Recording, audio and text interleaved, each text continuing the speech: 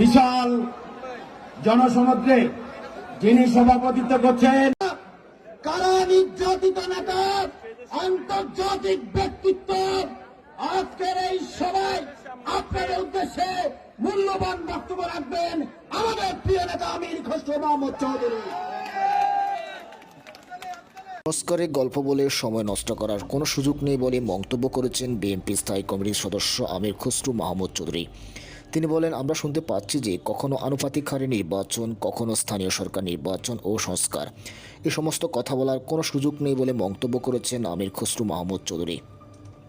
তিনি বলেন, আপনাদের নিরপেক্ষতা নিয়ে মানুষের মনে সন্দেহ বিরাজ করছে। প্রধান উপদেষ্টাকে ইঙ্গিত করে তিনি বলেন, আপনি এবং আপনাদের উপদেষ্টাদের কথাবার্তায় মনে হয় আপনারা কোনো একদিকে ঝুঁকে যাচ্ছেন। এরকম হলে বাংলাদেশের জনগণের কাছে আপনাদের গ্রহণযোগ্যতা থাকবে না। এদেশ পরিচালনা করতে হলে জনগণের ম্যান্ডেট নিতে হবে।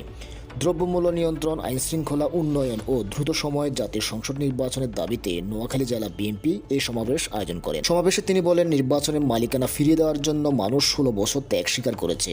আমরা ভোট দিয়ে আমাদের সরকার দেখতে চাই, যাদের জনগণের কাছে জবাবদিহিতা থাকবে এবং গণতন্ত্র জবাবদিহিতায় নির্বাচন ছাড়া কোনো পথ নেই। আমির খসরু বলেন, বিএনপি জনগণের আকাঙ্ক্ষা পূরণ করতে বদ্ধপরিকর।